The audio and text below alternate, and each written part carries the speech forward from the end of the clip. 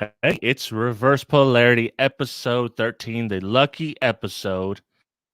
Your boy High Five Vega, and I'm joined every Thursday by the man who never sleeps, Car Audio's favorite pessimist, the man who once said, "I'm sorry, we already have a George." What's up, Dean? Did you get the last one? No. Okay, you're gonna get it shortly, maybe. I mean, I thought it was George Lucas because that's what I got. But that's just because, as you can tell, that's where my brain goes. But all right, what was that? So that was actually a Seinfeld reference. I don't know if you Oh. watched it, but on our poll today, let me go ahead and share that. So we'll just jump straight into it. Jump to the poll. Let's get to already the have poll. a George. I like that. All right. So the poll is, which one of my favorite shows to ever be on TV is the best? Now, this is just, I have more favorite shows, and I pick these. I pick Game of Thrones, Breaking Bad, Eastbound and Down, Chappelle's Show, and Seinfeld. Damn. I have not seen Breaking Bad, but everyone tells me at some point, I guess during the show, I kind of look like that guy. He's got a new show that just came out too, where he's a judge and his son is like Bryan Cranston? Yeah, the head guy. He's a judge and he's got to like get his son out of trouble. It just started. I don't know, he's been making all the rounds. Because I never sleep, I watch a lot of the late shows. So, that's how I keep up on my news, because I prefer my news slanted so far badly that, it's like, oh my God, the world is going to just stop. The Chappelle Show was good. He was overwhelmed. He just couldn't do it. I understand that one. Seinfeld was, out of that, Game of Thrones, it's almost like the way it's covered right there. 10% of the name is covered and then the rest of it isn't, because like, I feel like if you watch that show, you just don't watch the last, 3 episodes and you're good. Just maybe even the whole last season. Well, no, because I liked up until the snow scenes when, when Arya Stark came out and did like, man, I'm just, wow, and you're just like, yeah, kill him. There was like we're getting into Game of Thrones spoilers here, so I'm sorry if you guys haven't seen it, but the whole red herring of Brandon Stark, like, this dude done nothing. He has all these powers. He done absolutely nothing. Oh yeah, he was like, no, Arya Stark to me was the only. It's like it's like, or was it the dog Pound or whatever the hell his name was? Yeah. Oh, I can't. The wolf, the dire wolf, or whatever. Oh no, the guy, the hound, the hound. The hound was like the shit. The giant chick that played this over Star Wars character, Brienne of Tarth or whatever the hell, Arya Stark. But those were like the characters that kind of evolved through the series, and like, oh, I like these. At first you're kind of like, oh, the Dragon Princess, and then you're like, no, this bitch is getting crazy. Yeah, she got overwhelmed with power very quickly. Yeah, you just watch up until like they fight the frozen people, and then you end it, and then you just make up. Yeah, the White Walkers. You watch until the White Walkers die, and then you make up your own ending from there out. Because whatever you're gonna make up in your head is way better than they came up with, and it's just like you're like, wait a minute, I just watched this thing for like 5 freaking years, and you gave me 3 episodes to wrap this whole thing up. Yeah, right there. That was so. I didn't realize that I didn't like pretty much the whole last season until the last episode, and I was like, man, I really don't like this season that much. But well, and it was doomed to fail though. That last season was doomed to fail because it was all content that isn't in a book. None of it was made up. Like they had to, they're like, we're just gonna make up an ending so we can wrap this thing up, and it's like, you couldn't come up with anything better than that. Like, you had to have cliff notes or something. Like, I'm gonna write this, Oh well, but yeah, it kind of went in the order I expected it to go. My personal picks would probably be number 1. I don't know, number 1 and 2 would be close with Seinfeld and Chappelle's Show. Yeah, and then Breaking Bad, and then probably Eastbound and Down, and then Game of Thrones. See, my problem is like I would like to go watch Breaking Bad, but then I feel like I got to watch Breaking Bad, and then I got to watch Better Call Saul, Yeah. And it's like I just don't have It's that. so overhyped now that I don't think that it's gonna be as good as you hope it's gonna be. I don't have the time. I mean, Yeah. like it has like 8 seasons or I'm sorry, 8 shows to me is like money. Like I can get Yeah. through 8 but no. Was there In any in the that comments? case, I recommend the Queen's Gambit on Netflix about chess. You gotta check it out, man. I will say okay, the comments, we got Seinfeld Chappelle Show, Seinfeld, and then he said, "Don't forget The Walking Dead." I did not forget it. I left it off on purpose. 'Cause it sucks. Yeah. I mean, dude, I was so hyped for it when it first come out. I knew about the comic books and the novels in the first season. I was like, "Yes, this is awesome." Oh, dude, I bought the first season on Yeah. DVD, because it was like, dude, this looks dope. And it's like by the 3rd season, I was like, Done. I'm done. I'm out, tap. I've never seen a show go harder down in flames. When they got to the prison, you knew it was over. Yeah. Because it's like you guys can't figure out how to fortify this prison. I mean, seriously, guys? Like, And instead of Monster of the Week, it's like Monster of the Season. yeah, it's like this is dumb. But then Major Will says his favorite has not been on any network. It's 12V Talk. Shout out to 12V Talk. I don't know about that one. I was thinking more of Polarity. I mean, come on. Yeah. Or that other show with those 2 guys. I don't know, the pasty white guy and the little short Mexican dude. Yeah. Oh, you mean the Echo guy? The Echo guy. Yeah. Let me give a quick shout out to El Fuego. What's going on? Hey, coming through live, ready for the 12 Days of Christmas live stream. What are you doing for that, anyways? I'm just gonna stream random shit for 12 days. Okay, I can deal with that. And then the third air. Appreciate it. Super sticker. Yeah. Yeah, I mean, I could totally read. Oh, I don't even have the comments on. I hate that. Oh my god. So tomorrow, let me talk about. Let's just get this over with now, because like this week, of course, if you guys have, if any of you guys haven't been paying attention or you don't know who I am, I mean, why you're watching the show in the first place, but we've been doing the 12 Days of Christmas. I love his last name, by the way. It just screws me up every time I see it.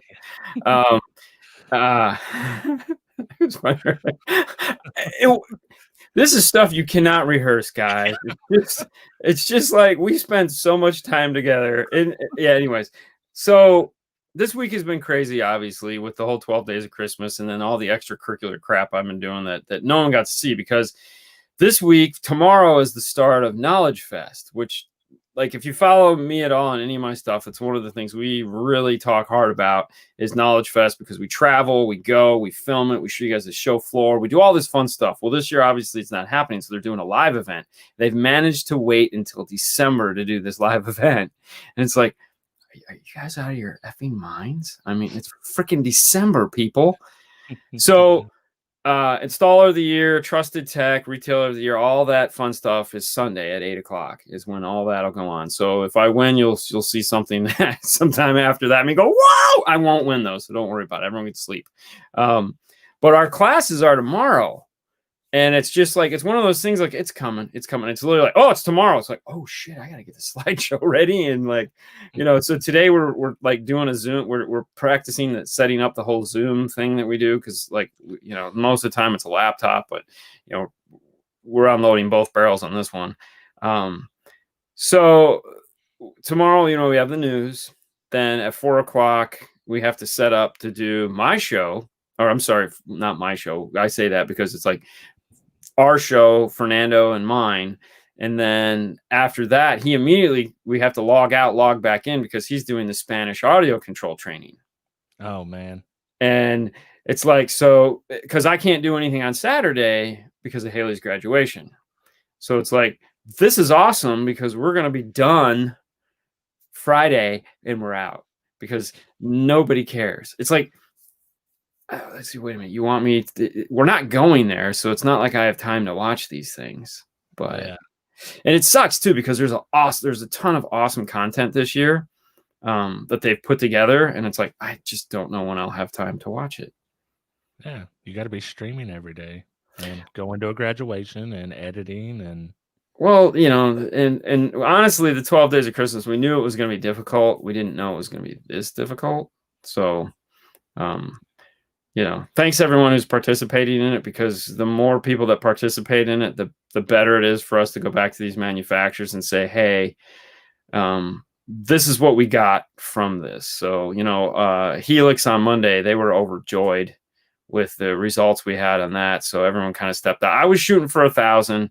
And by the time I deleted all the duplicates, we were up in the high 800s. So I was like, yeah. I mean, anything over 100 to me was great, but it was like 860 something. So I was like, oh, that is so awesome. But that was crazy. That was a crazy package. I wanted most out of all that the jail jacket. Oh yeah, right. That would have been you, bro. Yeah, I know. I know.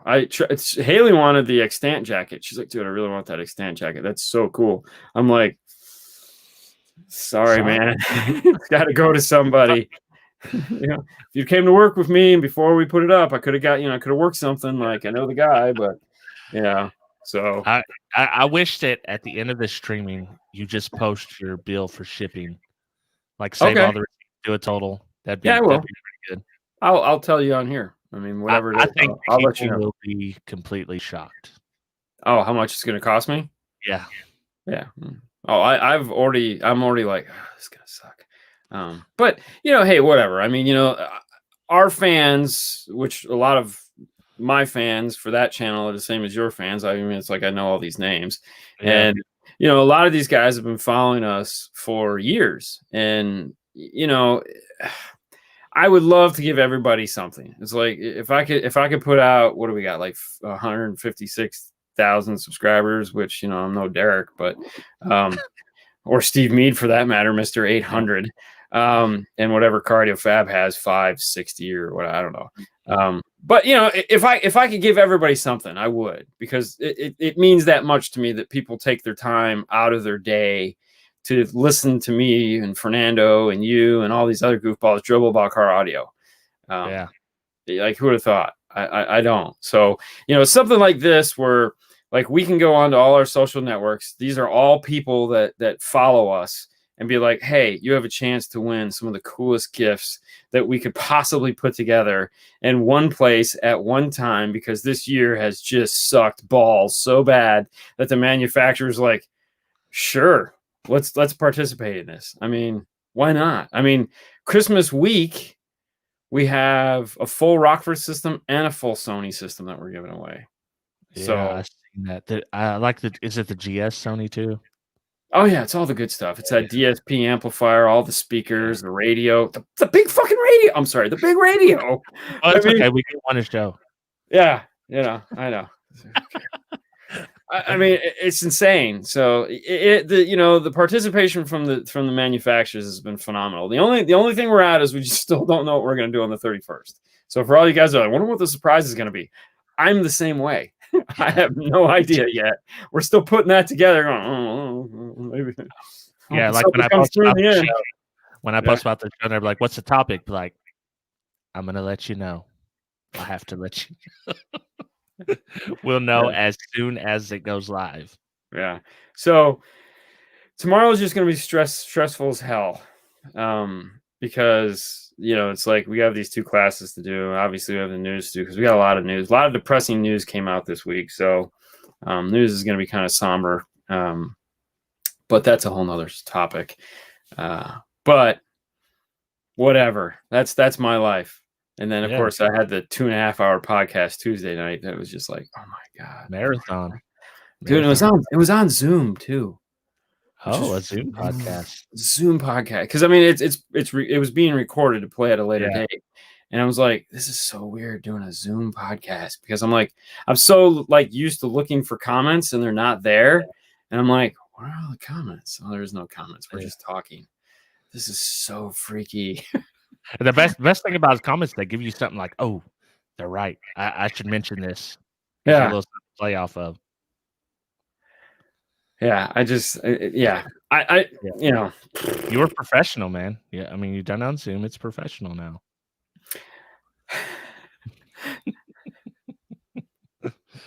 Oh man, no words. I got nothing. We have a topic today. We've beat our record. We're only 15 minutes in. We're getting into the topic. We're normally 17 minutes, but Today, the topic is how the internet has changed car audio. Oh, wow. Okay, well, that's a quick one. We do this show. Ow! Yeah. Done. Poof. Let me drop my Nessie right here on the ground. Poof. Yeah.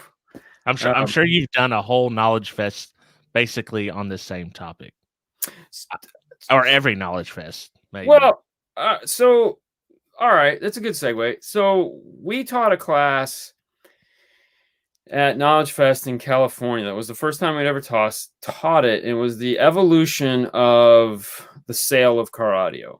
And so basically what happened was, no more secrets. I got a secret.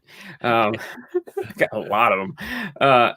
And so the idea was, you have, back in the 80s and 90s, you would open a store and you'd put your sign out front that says car stereo, and people would walk in the door and they would buy stuff from you. And, it was one of those things where it's like, it was almost like a fast food restaurant. You ever worked at a fast food restaurant? Yeah. A pizza parlor. Okay. It's the same basic thing. You have that time where there's nothing going on and you're just kind of like, I'm going to go clean the bathrooms. And then it's like the next thing you know, it's like there's a pizza. There's another pizza. It's like all of a sudden 2 hours has passed, and then you're like, and then there's nothing. And you're like, I'm going to go clean the bathrooms again, which is code for something else, but I never got it. So, back in the 80s and 90s, that's how car audio was. It was like, it was like 5 o'clock would roll around and the store would fill up. Noon would roll around, the store would fill up. And there was just like, it wasn't unheard of to have 20 people in the store running around asking questions, because that's what was happening. And so the whole purpose of it was the evolution of car audio retail sales.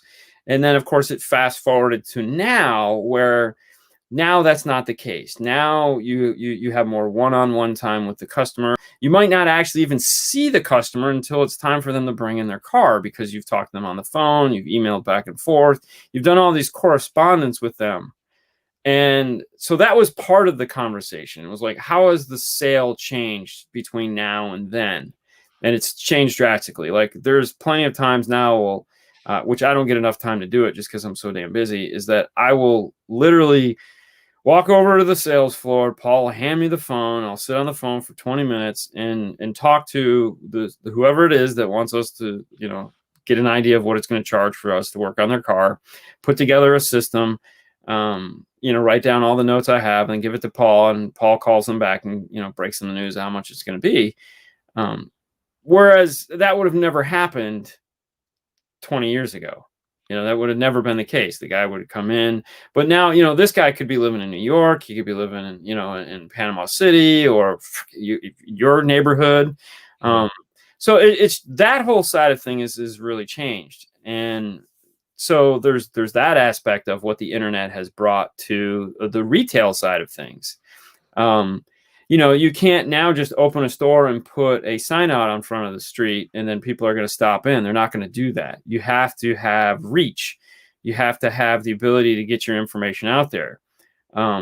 The best example I have for the modern retail store is a friend of mine, this guy named Aaron, who's been on our show before. He used to be a national sales trainer with Jeff Smith. It was Jeff Smith's partner. He left AMP and he was like, I don't know what I'm going to do. I'm thinking about opening a car stereo shop. And I was like, why would you do that? Because it's like, you're going to have to compete against us. Yeah. I wouldn't want to do that. And he's like, yeah. And I'm like, look, we're friends. Let me give you some advice. You like motorcycles. You're a motorcycle guy. You have a beard. You have tattoos. You're their, I'm not the motorcycle guy. I don't look anything like that guy. They'll listen to you. Go open a motorcycle store, do motorcycle car audio. And he was like, that's not a bad idea. And, it took him a year and a half, but he goes to all the motorcycle events. He goes to all the parking lot parties. He goes, he hangs out in all the forums. He has his bike all done up, and that's what he's doing now. And he's being, it's still early on, a year and a half, but he's like successful at it. He's got bikes in the bay. He's got work to do. And it's like, But the only way he got that way was because of the internet and using that part of the internet as his strength. Because there again, the sign he has is this little tiny thing you drive by doing 65 miles an hour, you're never going to see it. But using the internet to leverage that walking in the door aspect of it. So as a retailer, that's where the internet has shined. Now, the side effect of that is even in like inside baseball, retailers absolutely hate it when you guys walk in with stuff you got on the internet.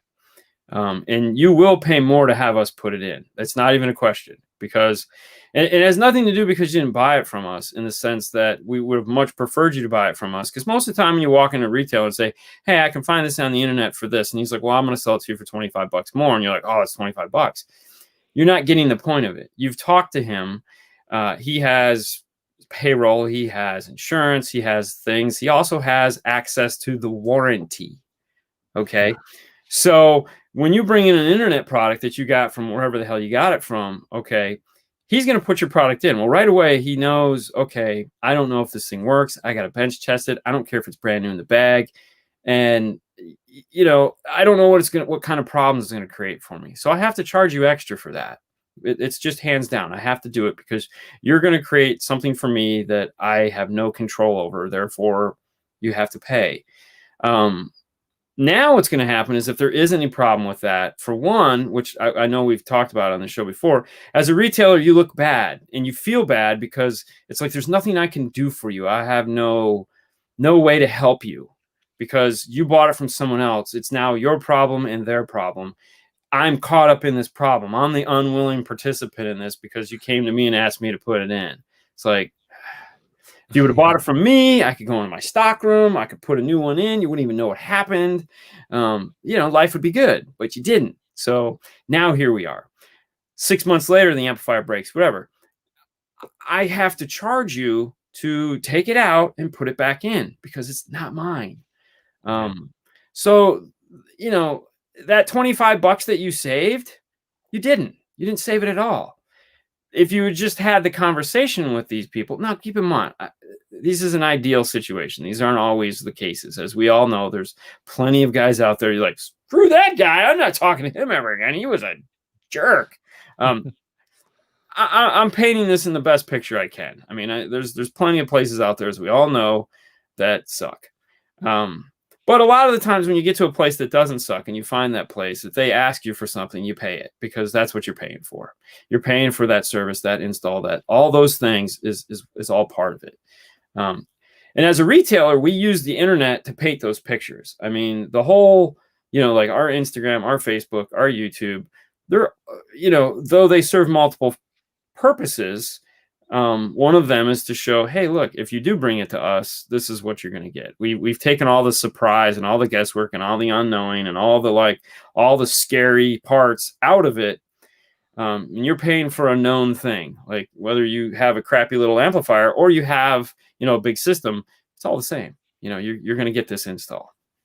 Yeah. And I think it's like what you're saying, like what Derek was saying, that there's no more secrets. And before, car audio was kind of like they were magicians, installers, and you couldn't tell the secrets. And I just seen a post on I Just Want to Bang Facebook group, or I think it was somewhere. But anyways, Drew from Bassaholic Productions had posted that he's going to show his build. And people were like, why would you do that? Why would you let people know the secrets? Like, man, this isn't 1990. We're not a magician's guild. What's you know, it's funny you should say that because, like, all right, so the whole channel of 5 Star and how it evolved, it started as an unboxing channel. The whole channel's purpose was to unbox radios and tell you all the features so that you would stop asking me. That was what it was. That was the whole. It's like, I'm sick and tired of going out to people's cars and setting their clocks. Let's make a video that just shows them how to do it. When they say, hey, just email me and I'll email you a link to the video. I don't need you coming back in here to show you how to set my clock. Or I'm not worried about getting the next sale. Like, hey, I'm going to set your clock. You know, it sounds like you might need a new set of speakers. That's not how it ever worked. Although when you go to the sales training classes, that's always how they portray it. Well, you know, the guy comes back in twice a year to set his clock. You know, listen to his system, see if he needs an upgrade. Maybe talk to him about, and it's like, okay. Or he's just pissed because he can't figure out how to set his clock, and this thing you put in his dash is too damn complicated for him, and I got to listen to that crap for a half hour. And he doesn't buy nothing.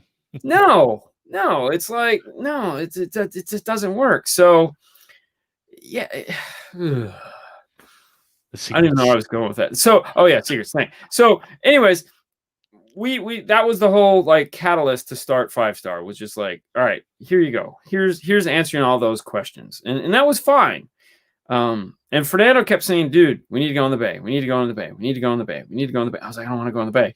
Because what was happening is, we thought it was cute to like take a cage off of a radio and go, don't need this, and listen to it ding, ting, ting, ting, slow motion style on the floor. And people are like, you guys disrespect equipment. You guys are the worst. I would never take my car to you. These are actual posts. You guys suck. You guys are the worst. You're the reason why this 12-inch industry sucks. And I'm like, because we dropped a cage that was going to end up in the trash can, or we flew a owner's manual like David Letterman out the back, look it up, over our shoulders. That's what makes us suck. Like, are you kidding me? You know nothing about me. And then I was like, well, wait a minute. That's the image we portrayed. We made it, though we thought it was funny, and some people, as you know, may or may not have gotten the joke. Yeah. So it was like, all right, let's stop doing that, because it just got to the point of I got tired of hearing people go, oh my God, I can't believe you dropped that on the ground. It's like, insert, the Iron Man emoji here where he's like, So when we went into the bay, it was like, all right, I knew that was going to stress me out, but everyone was always like, why would you go into the bay? You're going to show everyone your secrets. You're going to show them how to do this. And we go extensively in the bay. Like, it's like, we show you everything. If you watch one of our videos and you don't know how to do it after that, or feel comfortable doing it after that, take it to a freaking professional, because we walked you through how to do it. This is what we do. There's no cuts. There's no it's like, this is it. Do this or pay someone else. And that was because it's like, I don't want to have to go, well, how did you get from A to B? Well, we did this other. Why didn't you show me that? All right, screw it. We'll show you, And that was one of those things, like, as we started going in the bay, people were like, well, I didn't see that. And I was like, oh, okay. Well, it was like, do you really need to see us solder 12 wires together? All right. That's fine. Yeah. Half the videos we're soldering them together. But giving away all your secrets, you're not giving away shit. I'm not giving you any secrets. There's no secrets. There's plenty of DIY guys out there that just surpass like what some of these, high-end professionals do, because they have a passion for it, and they have a really killer set of tools, and they have a desire to do something that's really sweet, and then know how to do it. That'll never change. Yeah. The difference is, I've showed you how to, like, for example, I got a water heater, and I could go on and watch YouTube, and some guy could show me how to put a water heater in. And I'm like, okay, that's not too bad. It's 2 bolts at the top, turn the water off, roll it out of place, roll a new one in, tighten those 2 bolts up. And everything should be fine. What happens when everything's not fine? I go back and watch that video again. Who do I ask? I don't know. Now I got to pay someone to come out and fix my fuck up. Or I just pay someone to do it from the get-go, and I don't have to worry about it.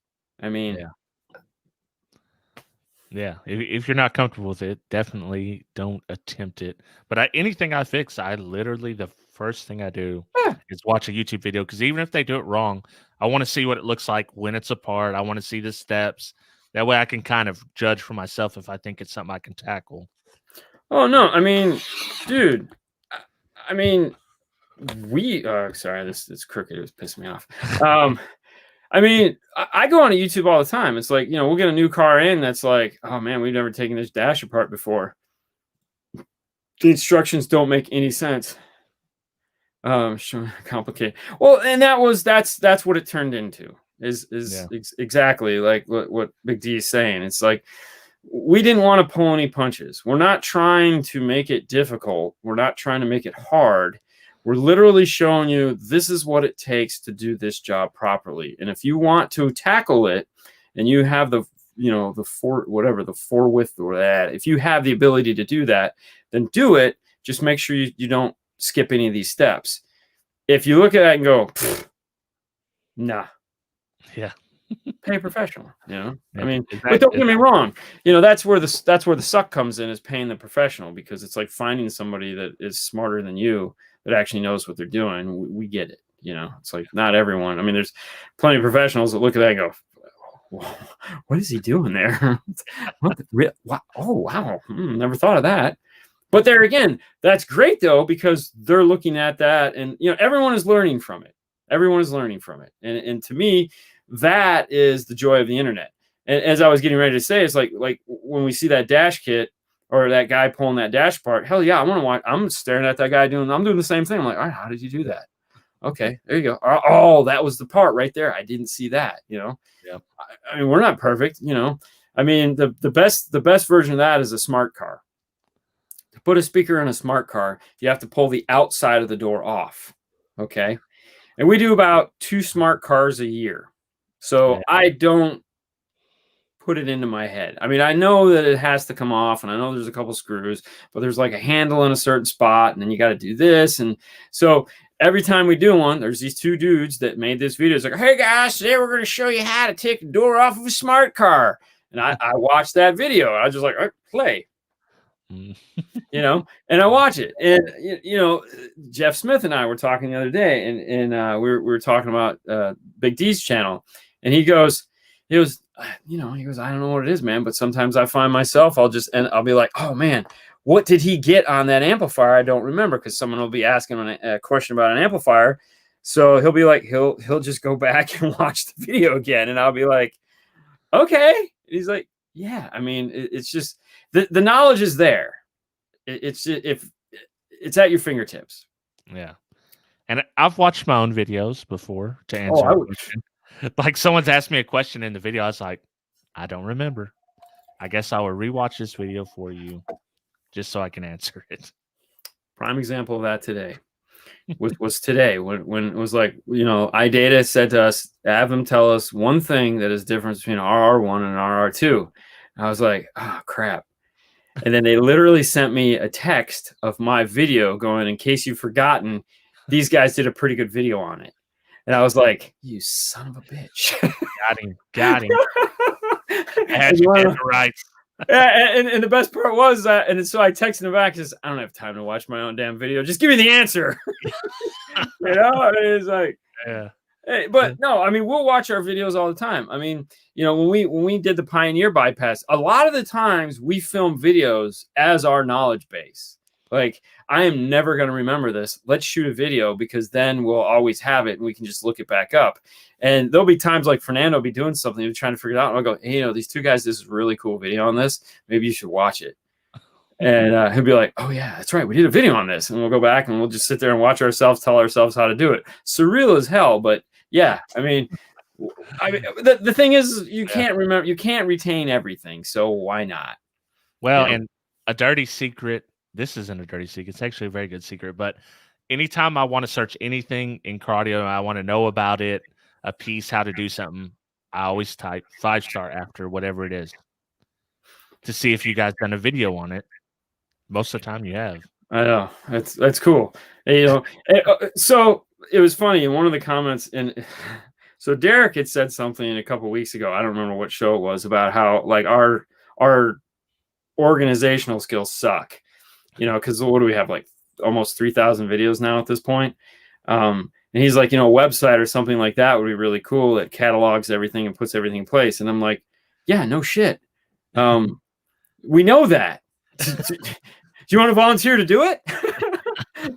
I mean, because, that's the problem we run into, is that we're running so fast right now, trying to just keep this pace going, that looking back and do it, like we attempted to do that like 2 years ago. We attempted to like break everything out, label everything. Like we were going to catalog it all and put it together. We even talked about doing it. And we got about 20 shows in and we're like, there's no way we can do this.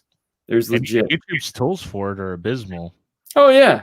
You know, and that's why like my names for like my videos suck because it's like, and it's like, well, why don't you put a big thing in the description? Why don't you kiss my butt? I mean, it's 2 o'clock in the morning and I'm done with this damn video. All I want to do is go to bed. You know, it's like, we'll do it the next day. I can't because I have to go to work. You know, it's like, what do you guys want? Videos or descriptions? Yeah. Pick one because I You need can't to do get both. the good descriptions, man. There you go. Yeah. He learned to solder from my video. This is how he got his name El Fuego.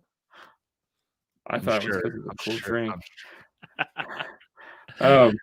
I do have a question to ask you. Oh yeah, by all means. This is like morning, Jesus, early 90s versus early 2000s. Okay. How did you guys see Crutchfield as a competitor in the 90s or late 80s or whenever the time? They weren't. Crutchfield was not a competitor at all. Because the thing you got to remember about Crutchfield is Crutchfield sells for MAP or minimum advertised price. In case none of you have ever done retail before, there is MSRP and there's MAP. MSRP is the stupid number that you'll never get paid for something, and then they have MAP, which is minimum advertised price. The way the rules are played is that no manufacturer can tell you, the retailer, what to sell your product for. So, for example, if you buy something for $10 and MAP on it was MSRP was 25 and MAP was 20, then, and you're going to advertise it in a magazine, then you would have to put $20 because minimum advertised price is MAP. And when you sign your contract with them, you say in good faith, you're going to abide by these rules. You don't have to, but they also don't have to retain you as a dealer once you've violated these rules. But they can't tell you to do it, meaning they can ask you to do it, and you can be like, okay, I'll do that. So as a retailer, we're kind of like, if we want to sell the product, we have to play by their rules, but we don't actually have to play by their rules. But as soon as we violate their rules, they have the right to not be sell to us anymore. When I was working at my first employment place, AVE, he was a Hyphonics dealer, and he would sell cheap. So if MAP on the product was like $2.99, he was selling it for $2.49. Okay, because there was no internet, there was no. This was just like you walked in the door and go, "Give me a Hercules, the amp, not the line," and you'd be like, "How much is it?" Yeah, it's $2.49. You know, take it. Well, Hyphonics got wind of that, and they were like, "No, you're not playing by the rules." So they pulled the line from him, which actually worked out because an Orion came in, and that's why I'm a big Orion fan, because I always wanted the Hercules. But then the Orion was like, oh, these are shiny. I like these. These are way nicer. You know, see that SX shiny black and that HCC red, and you're just like, oh my God. And you saw that ugly Hercules, just like, Yeah. The hell is that? Oh, go away. I was Yeah. So Crutchfield has to play by those rules because, for one, they're huge. So does Best Buy, so did Circuit City. All the big store chains, they have to abide by MAP. If you're selling online and you're authorized to sell online, that's key. You have to be authorized to sell online, and that's what the manufacturers tell you. If you buy this product online, a lot of times from Amazon, just like Rode microphones, you can't buy a Rode microphone off of Amazon because you will have no warranty because they have no authorized online resellers. So if you're an authorized online reseller, you have to sell for MAP, and that's why when you go to those places, like the place you bought your Canon from, your 200. Tri-State Camera, shout out. Tri-State Camera, no, they don't play by the rules. So you're taking a chance. Yeah. It's like, all right.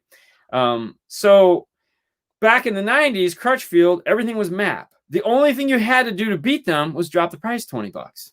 So guy walks in, see it in your store for $2.99, saw it on Crutchfield for $2.99. All you have to do is say, hey man, I'll sell it to you for $2.79. Yeah. Gone, you know, because we weren't competing against that. Where it all went south was eBay. You know, when eBay came onto the scene, if any of you guys were young enough or old enough to remember how eBay used to operate, is they would literally sell you the product for cost. So if it cost $10, they would sell it to you for $10.01, and then they'd charge you $25 to $35 to ship it to you. And of course, shipping costs $10 because they'd ship it the cheapest way possible. You get it in like 6 months. But they would be making their money off of the shipping price. And then once everyone got, hip to the game there, then it was like, oh, we got to charge for the shipping price too. Well, no, then it just got to the point where they're like, yeah, that the shipping doesn't cost that much. Yeah. Well, they hit you with the fees on shipping now too. Yeah. And total side jag. Yeah. I don't know if people remember, but you used to pay sometimes with checks when you bought stuff on eBay. And your seller's fees, it was just on the honor system. So when I was like 17, I think I sold for a whole year on eBay and never paid my fees. Ooh, so they don't like you. Well, it's another email, man. That's all it took. Actually, Road is authorized so they changed that finally. Just not third parties. Okay. Well, that's good to know. Thank you, Derek. Jumping into the future. Yes. How did that change it? But first, I want to know, what company did you realize or first came onto the scene that you realized? For me, that was Elemental Designs. They were like an online only company. It was the first thing I ordered online, and they were doing like a big flex videos and that type of stuff. So I think for us, like FI and Sundown, I know, right? All those SPL obscure Ascendant. I think those were some of those. Those were really like the first like online brands that people were coming in, because there was a certain group of our customers that were SPL guys. Not now. This was at the previous store. And so they were buying these things, and it was like, what are you, and for me, it was all foreign because I was just like, what are you doing? And they're like, oh, we got this. I'm like, dude, just put a T2 in there. And they're like, oh no, this is destroy a T2. And you're like, oh, whatever. You say so. And they were right, of course, but that was like the first thing that kind of was like, oh, it's like, and then I think, what is it? Cadence or something like that is a brand on the internet. And as time went on, like Scar, because that was the guy that started that, worked for a competitor of ours, and he was like their online guy. So like they wanted to have an online store, so they actually hired Kevin to do that. And that's when he figured out that he could sell car audio online, and that's how Scar got started. Was in their little in this little store down the street from us, and obviously that worked out for him. But that was the real problem we ran into was Amazon, because eBay was just a nightmare, and eBay was easy to. It's like, listen, where eBay became the problem is that everyone wanted to know how much something cost. You just went on eBay, and it's like, listen, I know you're paying $5 for that. I'll give you $7.50 for it instead of the 10 you're asking for. And it's like, yeah, okay, whatever. Just give me some money. But Amazon, when they came out, they legit changed everything. That's when it got hard, because now it's like, well, I can have it in 2 days, and the shipping was normal or paid for. So it was like, oh crap. To this day, there are still retailers out there that complain about the internet and like how to combat against the internet and how to fight the internet and how to deal with the internet. And it's like most of it has been cleaned up. Like, you look at these brands, like the brands, the name brands, like you look at JL Audio, you're not going to find JL Audio dirty on the internet. You look at Kicker. Kicker was one of the first companies to be like, holy shit, we need to clean this up, because what had happened was the retailers were like, we can't make any money on this. Get the hell out of my store. And that was a wake-up call. For us, it was another manufacturer, which I won't name because that would just be mean. But we were in a meeting with them, and we're like, this was right at the beginning. It's like, dude, like, we can't sell your products. Like, it's killing us. Like, what are you going to do? And they're like, we're not going to do anything. Our sales are up 25%. We don't give a shit about you guys. And we're like, oh, okay. Well, let me know how that works for you 5 years from now, 10 years from now. And it hasn't been good for them. It's like, they were like, oh crap. Once they figured it out, it's still taking them this long to figure that out and be like, yeah, man, we really gotta clean this up. Where Kicker was hip to the game really quick, and we're like, no, we need to straighten this stuff out. We need to get back. And so they make 2 lines. They make a line that's only available through retailers. They make a line that's only available through the internet. Now, if you're a retailer, you can buy the internet line, but it's whatever. It's the Wild Wild West line, and it has nothing to do with the other line. And then they have the 13 products that they make for Walmart, which it's 13 products. They make 5,000 products, and those 13 products have just been the bane of their existence. But it's a ton of money for them. It's a ton of money for them. I mean, you've walked through their warehouse. When you walk through their warehouse, I don't know which route you took, but where the install bay is in the back of the warehouse.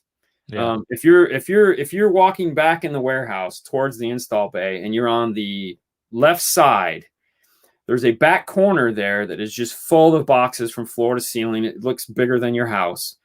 That is the backup inventory. Backup inventory for Walmart and Best Buy and all the chain stores that they have, because they require them to keep 3 months of inventory, backup inventory, in their warehouse. Wow. Okay. So that stuff is never touched. It's just rotated in and out. As new stuff comes in, that stuff goes out, new stuff comes. So that back corner is always that big, except for now because COVID, and it's like, we're selling this shit. Screw Best Buy. They closed their doors, man. We're this stuff can all go. It's Wild West. Yeah. Wild West again. Get them out the door. But so from a retailer standpoint, we had a really hard time. And then when you look at 2006, 2007, when the industry, when the global economy just went boom, there was nothing going on. That was rough. That was 2 big depressions that we went through in my time frame of being in the retail industry. That was really tough. But the 06, 07 one was the worst, mainly because it was my fault. In case anybody wanted to know, it was my fault. So, no. Yeah. Of course, that's what the owner said. It's all my fault. And I was like, oh, okay. Well, eat a dick. Well, so you made the housing market crash. Were you selling those subprime mortgages? Yeah. I thought so. I thought that was the case. Yeah. Yeah, it was rough. But, but now it's different. So, like for example, like Ground Zero Sound Digital or Ground Zero, we talk about their products. There is a few authorized online retailers, but they're like, one of the questions you always get asked about Ground Zero is like, where do I buy it online? And it's like, you can't, like Helix. That was the same question. I can't find this anywhere online. It's because it's not there. You literally, unfortunately, have to be inconvenienced enough to go into a dealer. And, we talk to them about that all the time, because it's like, to do that, you have to be willing to take the hit, because you're going to take a hit. Because, if you're a D for S guy, it's like stack them high, fly them wide, discount the shit out of them, and sell them, and that's all right, cool. You're going to make cash. But, none of those brands are going to be around 6-7 months from now, or 8 months from now, or 2 years from now, or those products will be discontinued, or it's like, it doesn't make any sense. Where if you're trying to develop a brand, develop a following, develop a name, or a culture for the product, you have to have a business model and how you're going to approach it. So I feel that has become the now, as far as how things are done. And it's really weird. I know, and that's one thing that drives me crazy, is not having it available online in some form.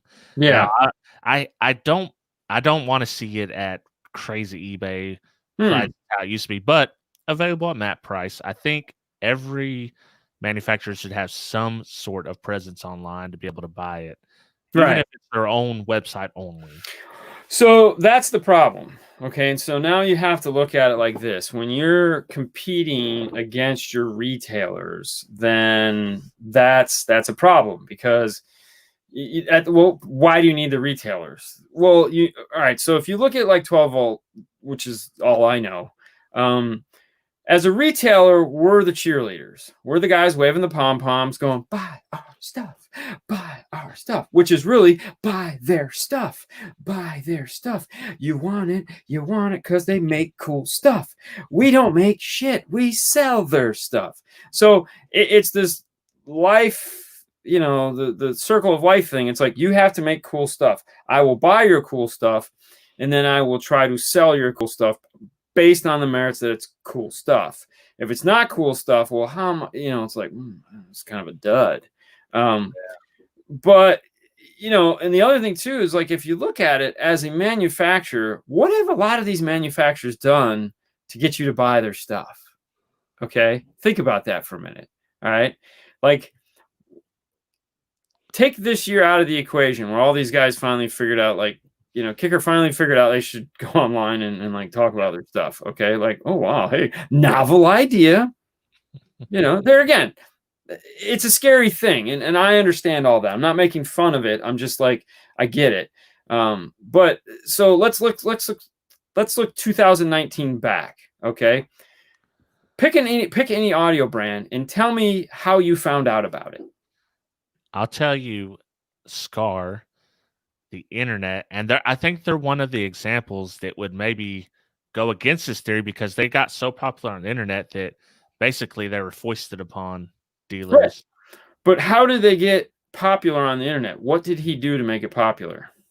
Oh, flex videos and stuff like that. Dude, yeah, he was actively seeking an audience. Yeah. You had the Scarbage channel where it was all the haters. Which, hey, at the end of the day, if someone tells you something sucks, what are you going to do? You're going to go look at it, because it's like, why does this thing suck? Let's go check it out. And it's like, wait a minute, this doesn't suck. This is actually pretty nice. Wow, look how cheap it is. Shit, I'm going to buy 2. This stuff sucks. This is awesome. So, but okay. So there again, they started on the internet. They knew what to do because they started on the internet.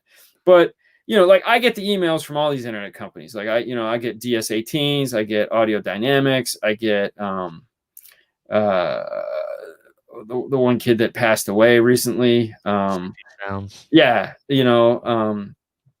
and a handful of others. I get all their ads. They send me all their stuff, and it's like through emails and pop-up videos, and so it's like they've figured it out. Like, if we're gonna sell on the online, and they all do pretty well at it because that's what they grew up doing. But now you look at, like, all right, go back and you say, as your child, you have kids. I have kids. Your son, how is he going to find out about JL Audio? Nah, no way. Unless he goes on someone's boat. Yeah, exactly. Right? How is he going to find out about Rockford? Yeah. I mean, what in his life leads him to buy a Rockford speaker? What in his life leads him to buy a Focal speaker or a Morel speaker or a Hertz Audison product or any of these brands, Arc Audio? I mean, you name it. What leads them to buy these products? Where are they at? And what in the day-to-day world makes you want to buy these products? Now, there are the guys that are in the esoteric sound quality and all that, but they're looking for it. Yeah. How do you get those other guys there? You don't. Yeah. They are offering us as retailers shit for support. Nothing.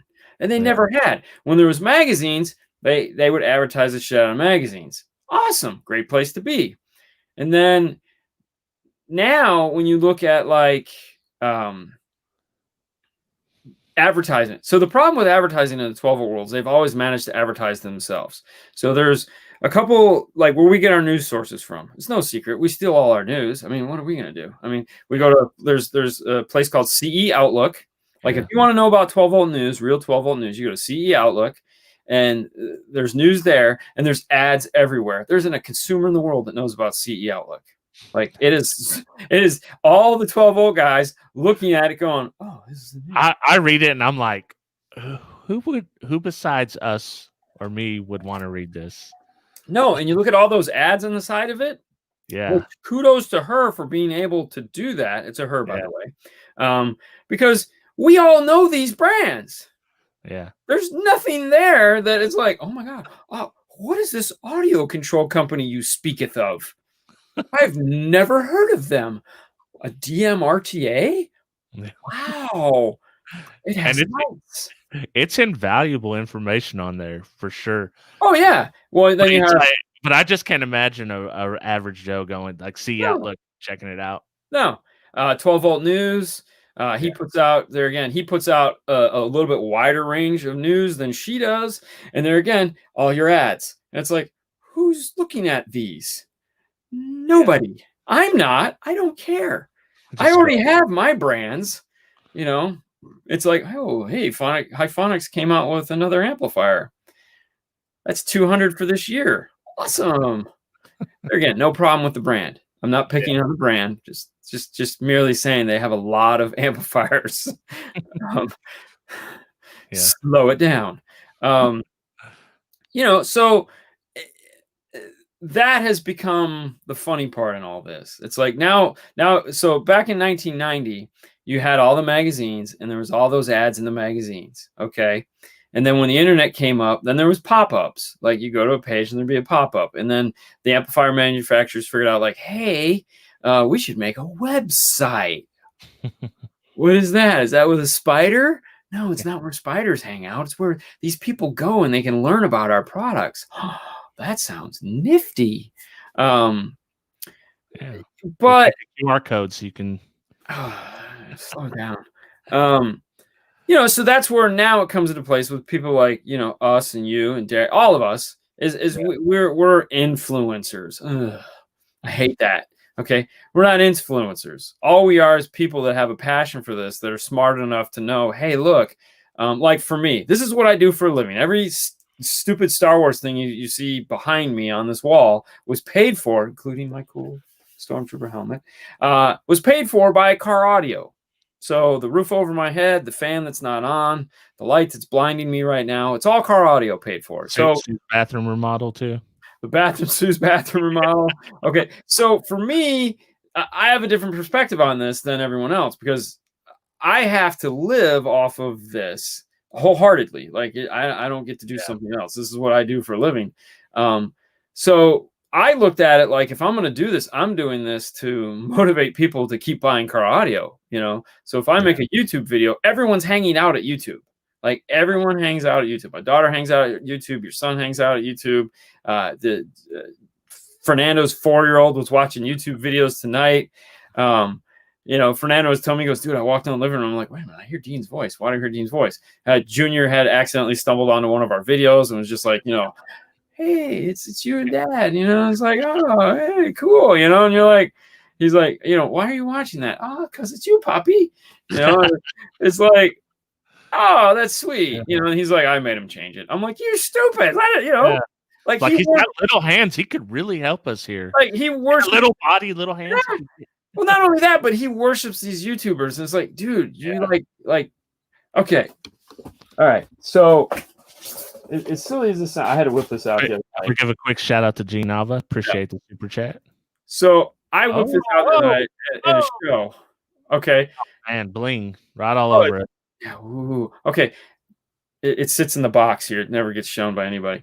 But to me, this was best dad moment ever because, Haley watches YouTube nonstop, and to be like, hey, by the way, your dad's got a plaque. Oh yeah, we're essentially doing ads for them, and they're not paying for it. That was the next comment. Yeah. But okay, so here's the thing: they're not paying for it, and I have no problem with that because, going full circle with this conversation we've had, they're giving me all this equipment to do this 12 days of Christmas so that I can in turn give it to you guys. Okay. If we weren't making these videos and doing what we did, that would have never happened. So our stress, my lack of sleep, and our hard work, well, as payment for you guys watching us and coming on this journey with us and doing all this advertisement for free, as it were, for them, this is how they're paying us back so that we can then return it to you. So that has always been, the Gary V thought press here, give, take or ask or whatever it is, has always been the idea here that it's like, yeah, we'll give you the free videos. We'll give you this. But if I call you and ask for something, man, you better reciprocate or you're getting put back to the bottom of the pile. So our show and tell stack behind us, that's there so that, we have it to when we need to talk about it. And when we go to a manufacturer, we're like, hey, look, people are asking about your product and we'd really like to have one so that when people ask, we can inform them, these are the things you need to know about this. And then they look at you and they're like, oh, I don't know, man. It's like, all right, well, fine. No problem. No problem. I don't know anyone at JL. I do, but I don't know anyone that can help us at JL. So it's like, I wanted a tweak because people ask about a tweak and I particularly like the piece. So I was like, I'll just buy it with my own money because why not? I mean, who cares? I mean, there's enough questions about it. It's worth having. But the other thing too, as you know, when manufacturers give you stuff, they expect things in return. And it's like, you might not be willing to do that. So I don't necessarily want to be at their beck and call. It's my show. It's my channel. I don't necessarily need you to be resting your balls on my forehead. When's that video coming out, Dean? Yeah. Oh, yeah. Yeah. The product, Dean? And the thing that we always tell them, like, look, there'll eventually be a video. And if all you want is a video, then fine, we'll give you a video. But if we can do it the way we want to do it, then you'll get much more traction out of it and you'll have way more fun with it. And they're just kind of looking like, what are you talking about? Prime example of that is Morel.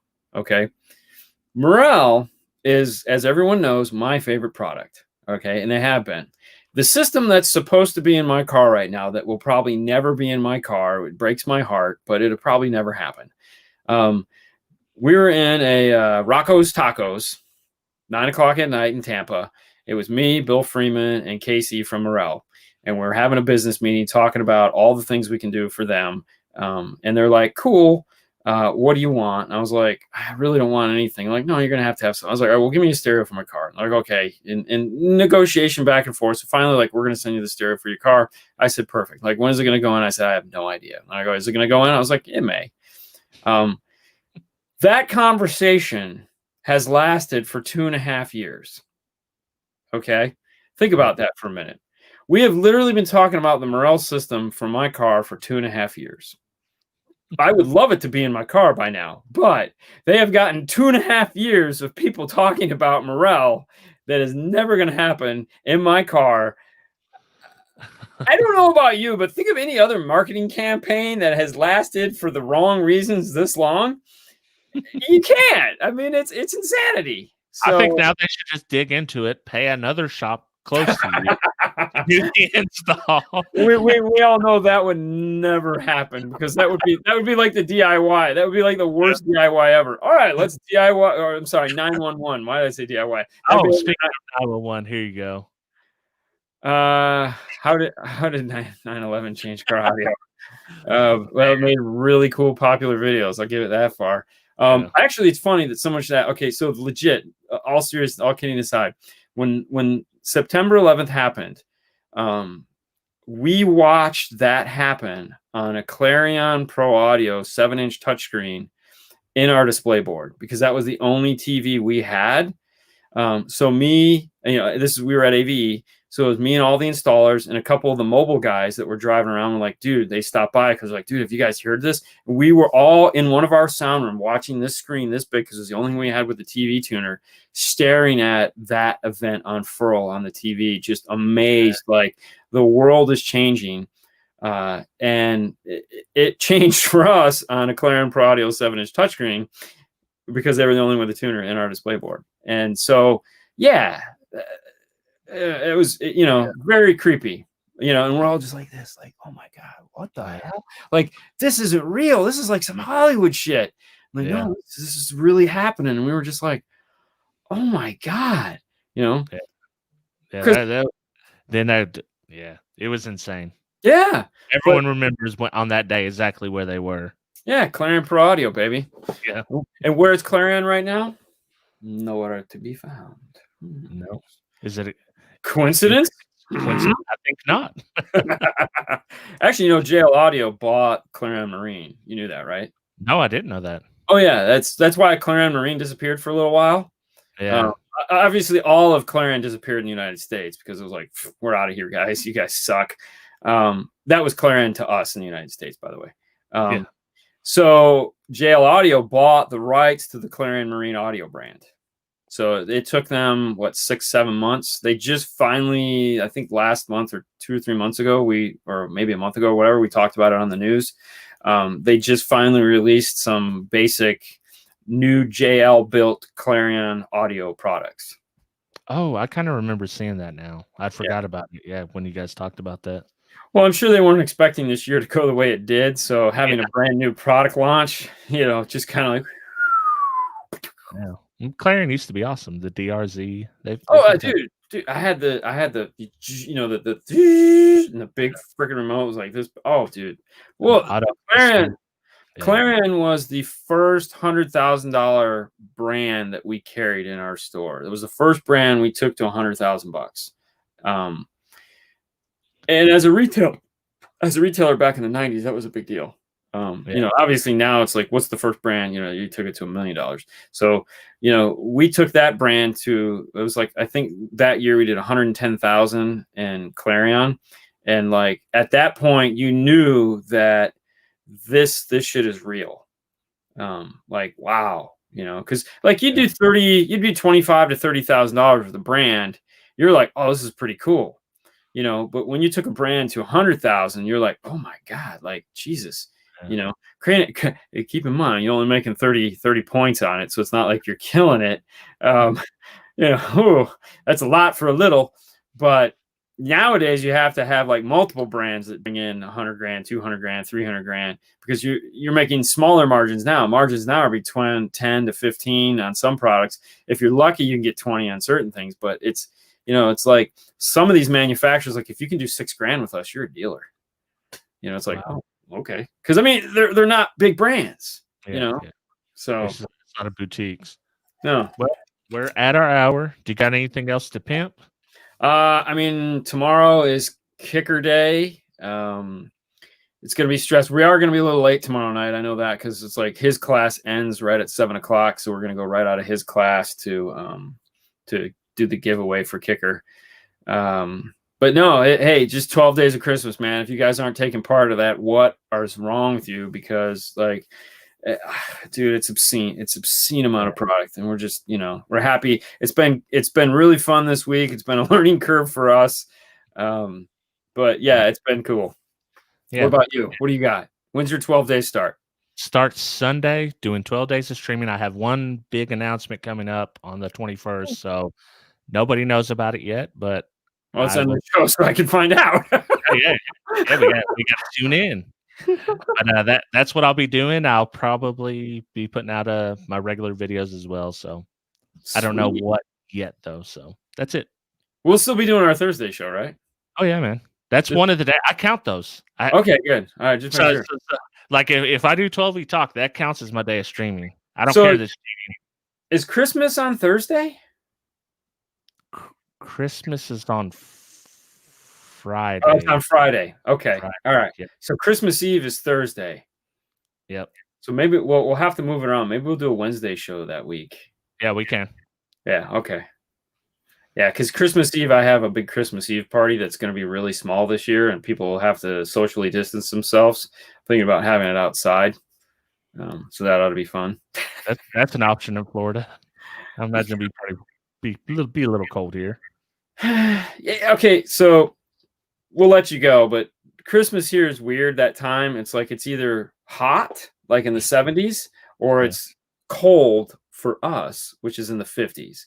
It's never one or the. It's always one or the other. It's like, and it'll be extremely cold up until Christmas, and then it's like there'll be a heat wave, and you're like, what the frick?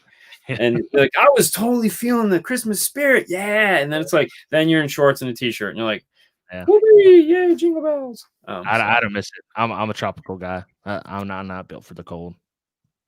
You're kidding, right? You were totally built for the cold. Like when I think of cold, I picture somebody like you. You're a goddamn bear. You would think, but I'm still shivering. I shiver like a chihuahua, even though I'm built like a grizzly.